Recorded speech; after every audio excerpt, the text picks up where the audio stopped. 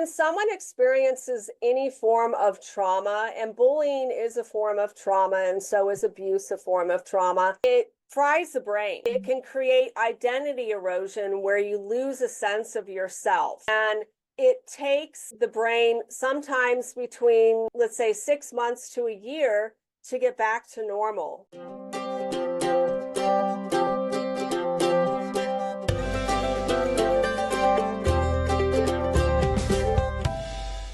Hello, everybody. I'd like to welcome you to my podcast, Renew Motherhood.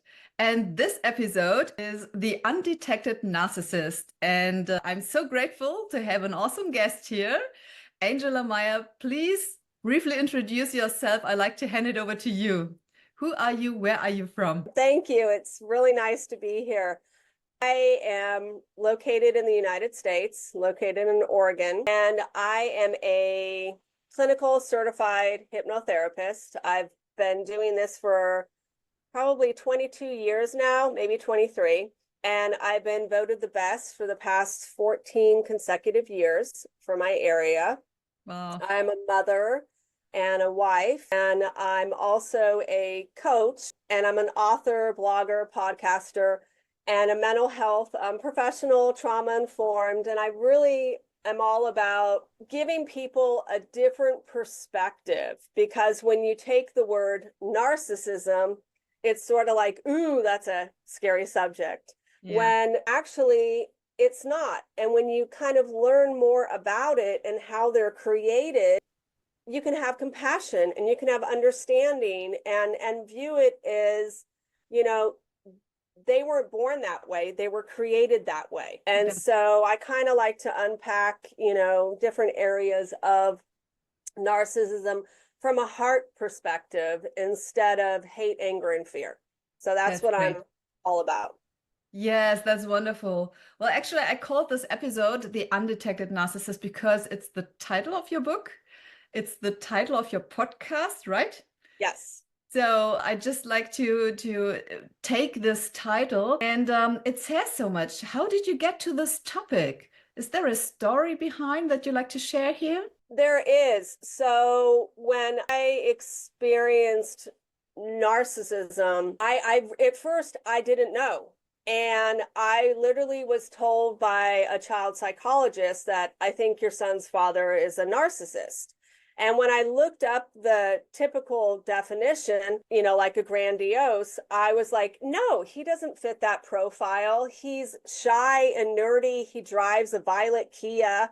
I mean, there's nothing materialistic or, you know, egocentric about him. So I kind of brushed it off. I wished the psychologist would have said, no, look up the traits and behaviors, because there are actually 8 different types. And the type that I was dealing with was a covert narcissist. And they are shy, they are nerdy, they plot. And the best way to describe a covert is, Lacey Peterson. Her husband was a covert narcissist. And there was a murder that happened in the Bay Area in California. And this man, there's a Netflix is going on right now, a 3-part series about this. Wow. And he's a complete covert narcissist. And if you watch it, you can see the mannerism and how he's completely different than average people. Oh, wow. And when I was recovering from narcissistic abuse, I wanted to hear someone's story, like break it down for me step by step, like when you met him, what happened, and all of that. And I couldn't find one book out there where someone literally told their story. Oh, wow. And we are storytellers. So a lot of people were inspiring me to tell my story, but I wanted to tell it from a heart perspective, not from hate, anger, fear, and blame. And, you know, he's just a vile, horrible human being. I wanted to look show what he did and look how I feel, and yes. And I wanted to show it from this different perspective, because I realized I was in a trauma bonding relationship, and I didn't even know what a trauma bonding at the time relationship was. I didn't know about attachment styles. I didn't know a lot of things. So this situation completely educated me, and I realized there was a huge lack in, just globally and community wise, this different approach and perspective. So I just grabbed it and I went with it, and I've had a lot of positive input from all kinds of people. I've even done conventions where a narcissist has heard me talk, and they've come up to me and they've revealed themselves and they've thanked me. They Yeah. literally thanked me for helping them understand themselves better and how to manage their anger and their behaviors. And to me, that's just a win-win. It is, absolutely. It sounds so great. And would you say that if you can understand more this narcissistic part in other people's, in probably in your family members or partnership, or I don't know, people around you, if you can understand it, you can deal with it in another way? You can, because the thing is you're not taking it personal. You look at it as, this is a behavior. I mean, you're a parent, and this is, a podcast about parenting. We see kids blame shift. We see kids gaslight each other sometimes. We see kids manipulate. We see all these behaviors, but the key is in parenting is to see those behaviors and correct them. Yeah. And the hard part is when you grow up in a toxic home, in a toxic environment, well, that's just what you do. Yes. And so there is no correction. There is no being held accountable for your words, actions, and behaviors. And because mom does it, or dad does it, or grandpa does it. And so it just becomes a habit, a behavior that then becomes really destructive. Yes. So when we talked the first time, you told me that we create those people. Can you explain a little about this? Because it sounds a little strange. No one wants to create those people. No, they don't. And there's 6 different ways they are created. The first one is a neglectful parent, an absent parent, and an authoritarian parent. Mm-hmm. So a neglectful parent could be, let's say, someone that's young, that had a child too early and still wants to go out and party and do this and that. And so they just dump the child off at their parents' house. Yes. Or it could be, let's say, a woman that is very, very beautiful and stuck in vanity and just doesn't have time for this child. Mm-hmm. And then absent parent would be like a CEO or a president of a company, someone that's just so busy, they throw money at the kid. And so the child never forms this secure attachment with that parent. An authoritarian, that's pretty easily explainable. The other 3 ways is bullying, trauma, because someone can become temporarily narcissistic from trauma. And there are 17 different areas where someone can be traumatized, like a natural disaster. Wow. I mean, perfect there. Or I think the number 1 is a sports injury. And, that happens. And yes. We have the Olympics going on, and all those people that were in the Olympics, whoever gets injured, they can become temporarily narcissistic because they go in their survival brain.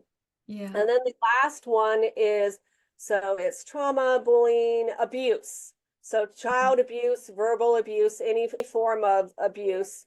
Those are the 3 other ways that they are formed. But I will tell you this, they can unlearn some of those behaviors. And I've actually worked with a few clients that have flat out told me, yes, I'm narcissistic. And I said, okay, let's work on this. And we have, and they've had great success. That's interesting, because you also have mentioned, when we talked, you have mentioned that there are different brain activities. So you just mentioned it now again, if they are in a survival mode. So this yes. is the main part they are in, and they can't get out of it because survival is what keeps us alive. So they are not able to get into the frontal lobe cortex of their brain. Yeah. The frontal lobe cortex doesn't develop until we're 25. And if they didn't get any, and that's where our empathy is and our rational thinking. So a lot of times I say narcissistic people aren't very solution oriented because they're so in survival and it's all about them. And so if the solution doesn't benefit them, they're not going to take it. Yes, because they're, yes, having a battle inside of them to be alive, right? Exactly. And to me, that's no way of living. They're every day is a challenge, and it's unfortunate that that's how their life is. And it doesn't have to be. When you mentioned there are types when they come just temporarily narcissistic, what does this mean? Just for I would say a few months or a few years, or do they get out of it just automatically, or do they have to do something to get out of it? Well, when someone experiences any form of trauma, and bullying is a form of trauma, and so is abuse a form of trauma, it fries the brain. It can create identity erosion where you lose a sense of yourself. And it takes the brain sometimes between, let's say, 6 months to a year to get back to normal, just getting back, to normal. And the word I love to use, and I use it a lot with my kiddo, is I say, you need to get back to baseline, because baseline is where you're happy. Baseline is where you're satisfied and content, you're flexible and feasible, and you're able to agree to disagree instead of being so reactive. And so with a lot of these people that end up being temporarily narcissistic, when things calm down, that's when they can start to access their rational thinking, their cortex brain again, and not be so high alert. There's those fight, flight, or freeze. There's even fawn, where your nervous system just tells you to play dead because you think, you're being attacked. And so when you are engaging with these people, I like to teach people to be really self-aware and be mindful of the words you use, be mindful of your body language, be mindful of your approach. Is it gentle and kind? Is it, what is your approach? Because if your approach with these people is, I'm going to attack you, I'm going to, they're already guarded.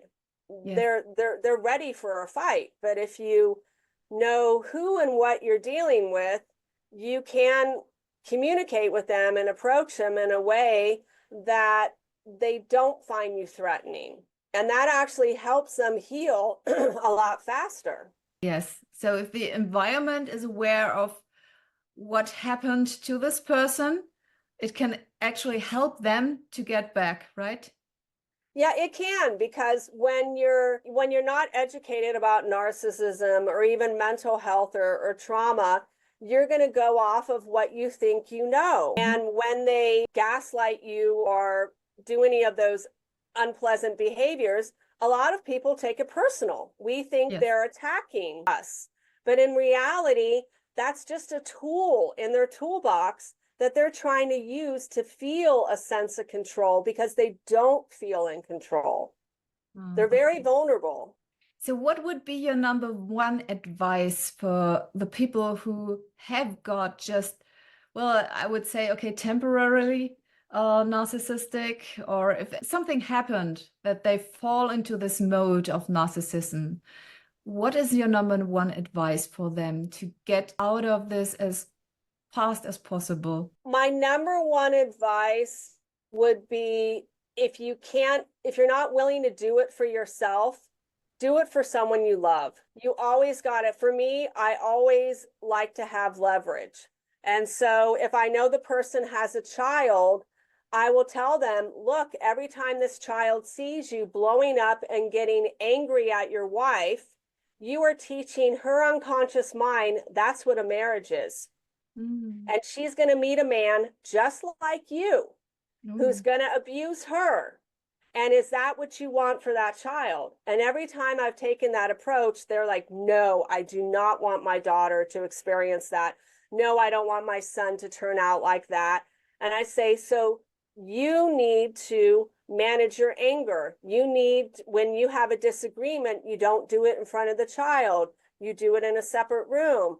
And when you do have your conversation, control your temper, because every narcissistic person that has approached me and talked to me, they have all said they could feel themselves slipping.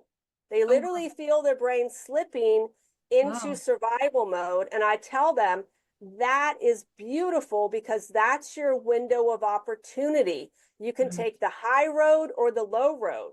And what's happening is you're getting triggered, you're getting activated. And so your nervous system is responding to that perceived threat that isn't realistic. And if you can regulate your body and your nervous system to get back to baseline, then you can have a rational conversation instead of exploding. That's great. So is there a way to replace this trigger with a positive one, that they don't fall into it? So there was one gentleman I worked with that was in a really toxic work environment, and he wanted to get out but couldn't get out because he had a contract with them. And so what I had him do was to make videos of his daughter smiling and laughing, you playing with your daughter, videos of your wife playing with your kids. And I want you to go outside and take your break. You're paid to take a break. Go outside and watch those videos and get yourself back up to baseline and tell yourself, I'm doing this for us, I'm doing this for us. And I said, so that's a positive redirect. You're literally stepping away, you're clearing your mind, and you're watching something that fills your heart with joy and makes you feel good. That's great. Yes. Yeah. So that was the one technique that I've taught narcissistic people to, try this, I mean, if for kids, if your child needs to listen to music or watch, fun kitty cat videos, do it, or dogs playing, just do it. That's a positive redirect. Yes, that's wonderful. I love this. And you have also told me that you yourself had to figure out missing pieces of a diagnosis from your own son. So what could you find, and what would you say may be important for other parents, what they should know about this if they got children who have special needs? I would say, for example, autism, or there are different other needs. What would you say? Can you share something here? So my son does have autism, and he does have cerebral palsy, spastic leg disease. And I really, honestly, for any parent, when you notice something is different about your child, I would say be serious about it. You have to be your child's best advocate. And like, for example, when my son wasn't meeting the milestones, I went back to his doctor and I said, he's not doing this. And he thought at first I was a little paranoid as a parent. And I'm like, well, he has a sister, an older sister. I know what those milestones are. And I, at one point, had to kind of threaten the doctor and say, look, if you don't, let me have him tested, I can go to where the hospital he was born at and get it done for free. And when I finally got him into the hospital and had the MRI, and the doctor said to me, we wished you would have came here a year ago, because we could have helped him with the cerebral palsy a lot better. And that really discouraged me, but I'm like, okay, it is what it is. And for example, one of my good friends, her daughter, I am positive, has autism, and I'm pretty positive she has PDA. It's called pathological demand avoidance. And the problem with that is when you're parenting a child the same way that you were parented, it doesn't work. Okay. Bottom line, it doesn't work for any child, because there's wonderful new approaches and techniques. And what's happening is with my friend's child is because she's nonverbal. She's almost 3 and can say some words, but she doesn't say sentences. And the child is hitting the mother and getting mad at the mother and throwing things at the mother and very argumentative and disagreeable. And that is a part of PDA, pathological demand avoidance. And I keep telling her, you need to get her tested for autism. You need to get her tested for PDA. And she hasn't done it yet. And I think she's afraid. And that's the sad truth, is a lot of parents are afraid of getting a diagnosis for their child. But honestly, it's a disservice to that child because you're in the dark. The child's trying to communicate with you. You don't have communications tools to communicate appropriately with that child. So who's suffering? Both people are. Everybody is. It's true. And so that missing puzzle piece for my child was the pathological demand avoidance, because he did experience trauma. His father was very authoritarian in certain areas. And so that PDA creates a pushback. It's a form of having control in a uncontrollable situation. Wow. But what's bad is then that habit behavior impacts everything. A teacher asking you to do your homework, a parent, like me, saying, hey, can you take a shower? And they get angry or defensive or they shut down. And it's hard because your nervous system is perceiving a threat when the threat isn't realistic. Yes. So as a parent, you should know about this so that you can handle it in another way. Yes, because once your child is diagnosed, there's so much support out there and so many resources. As soon as I found out my son had autism, I took a 12-week course and it was completely free.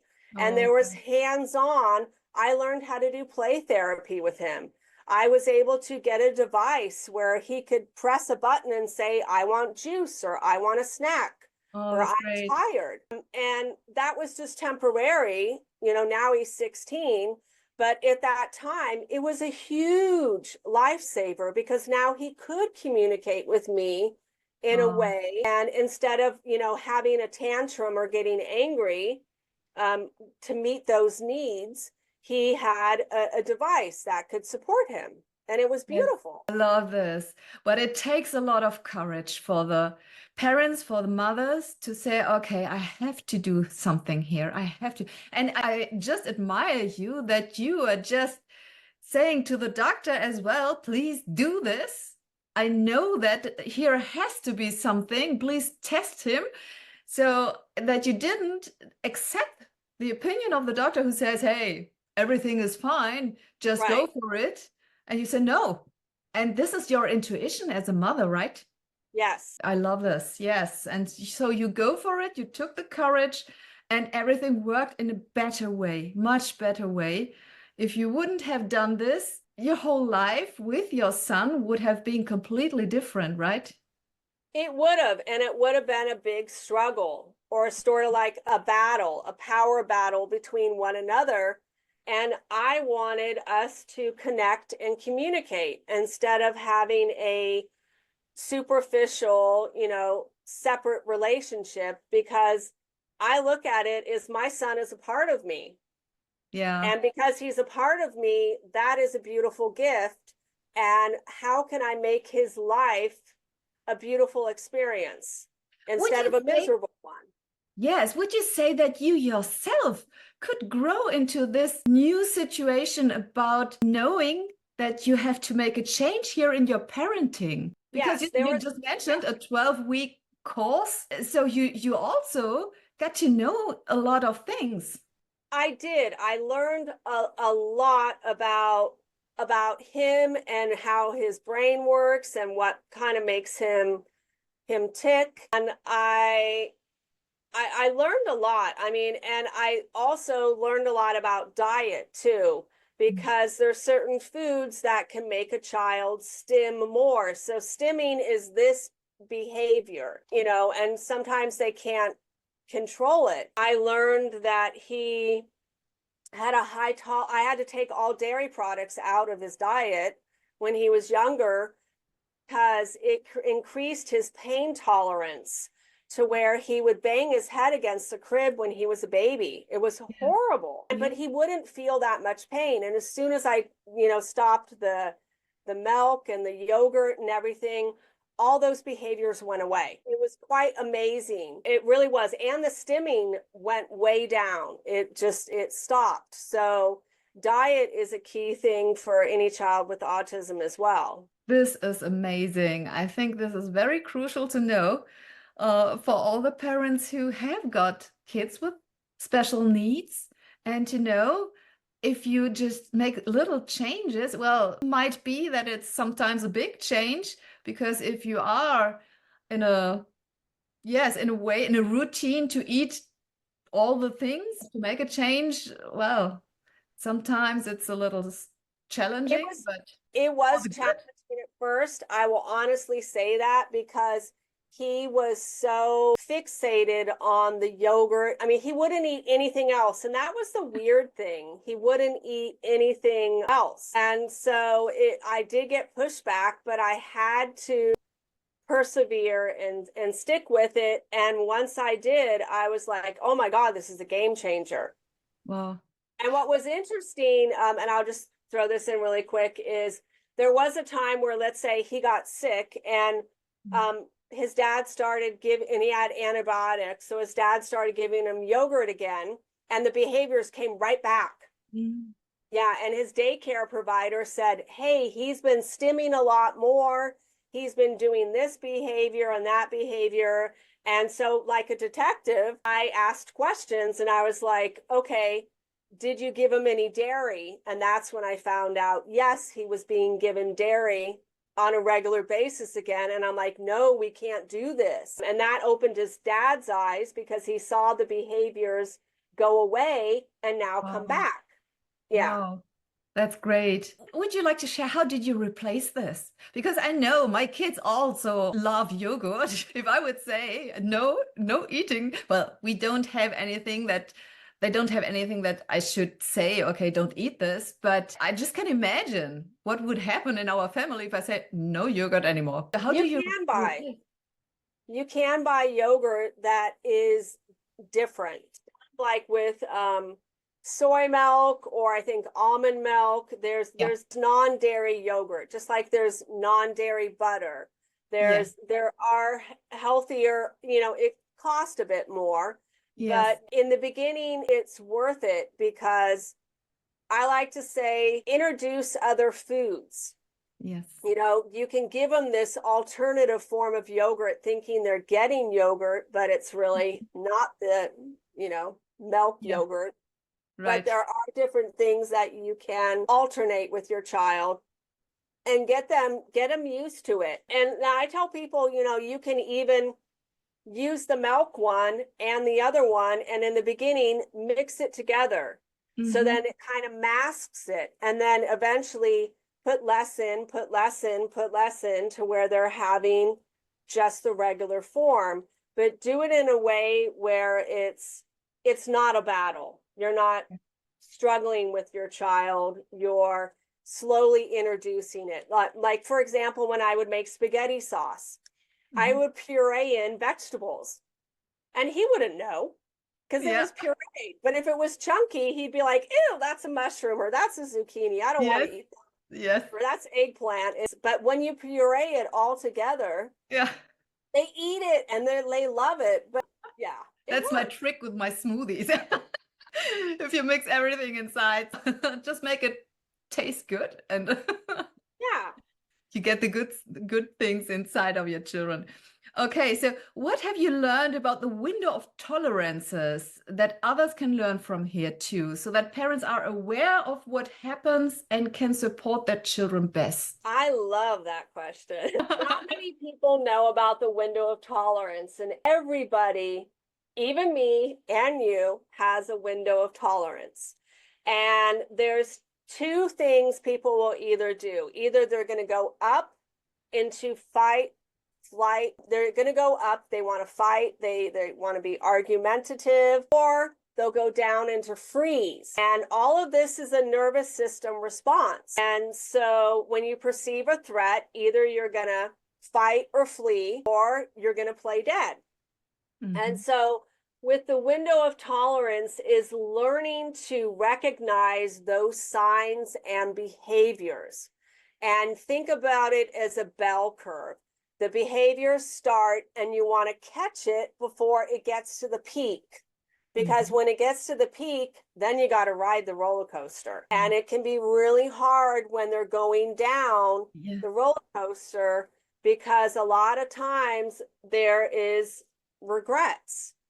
Because with children, they can't help it. So when you see your child getting angry or about to have a fit and throw things, redirect them.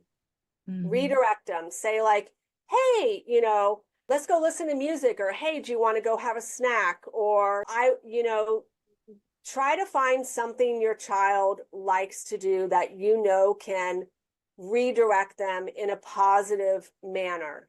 Because a lot of times we see kids, when they get tired, what do? They get irritable. Get up. Oh, you're frozen. And you just paused. You just came back. Yes, please. The question was, if you have got a child that has to go to sleep, get tired, what happens? Yes. So a lot of times I tell people a good way to redirect is you can say, I am so tired too, sweetie. I really need to take a nap. Mommy is so exhausted. Can we lie down together and snuggle and take a nap? I am so ready for nap time. And just make it all about you. That can be a really good redirect. And then just play some calming music, grab the child's favorite stuffed animal, say, hey, come in mommy, let's sleep in mommy's bed. Or you can sleep in that child's bed, I want snuggle time. Yes. And that can be a good redirect. Or you could say, you know what? I really want to read a book. Can we read a book together? And, I want to do this. And you can say, I am so tired. I'm getting cranky too. And the child can, relate. Yes. And so it's finding fun, creative ways to connect with your child when the child is disconnecting and going haywire. Yes, absolutely. I love this. Yes. Because then you can take, children always want to kind of please you. They want to be with you and they want to connect with you. Yeah. But if you don't offer them a hand, sometimes they are not able to. And this is just all doors open. Come, let's do this together. And they just, oh, Mama's there. And they just come. I know this. Yeah, they do. And so it's knowing that this is, if I can make it about me and not about them, it's a beautiful redirect, because kids take things personal. I remember working with a school teacher, an elementary school teacher, and she said that she learned if you say one negative thing to a child, you need to say 10 positive things, because they internalize it. They don't have coping skills like an adult. Everything is personal to them. Everything. Yeah. It goes directly to their subconscious mind, right? Yes, like what's wrong with me? I'm a bad child, or I'm not good enough. I'm not worthy. And it becomes a core issue sometimes for people, because then they'll grow up seeking validation from others when they don't feel validated within themselves. Yes. So they have to look on the outside always to be validated. Yes. And so if you can, and that's why I say as adults, self-care is so important, because you're important.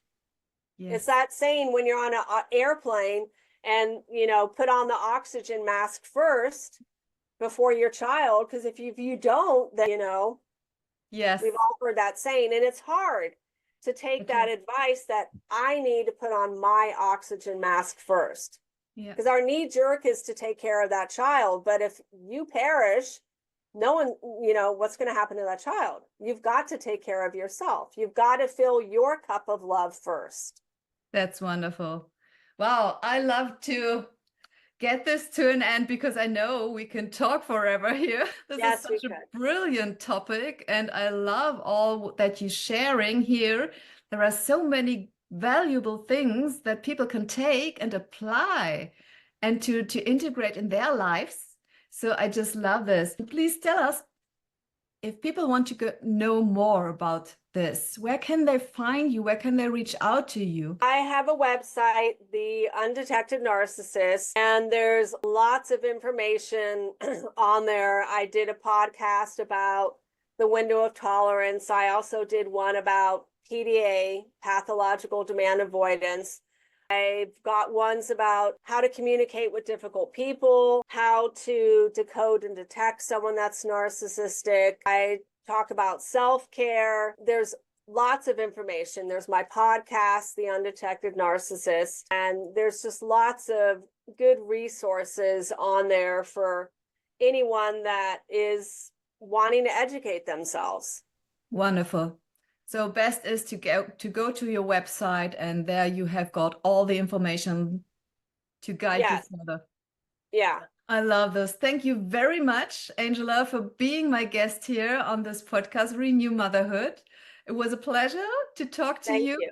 And yes, for all the listeners, please follow this podcast, subscribe, and give me a like if you like this, and stay tuned. Okay. Have a beautiful day.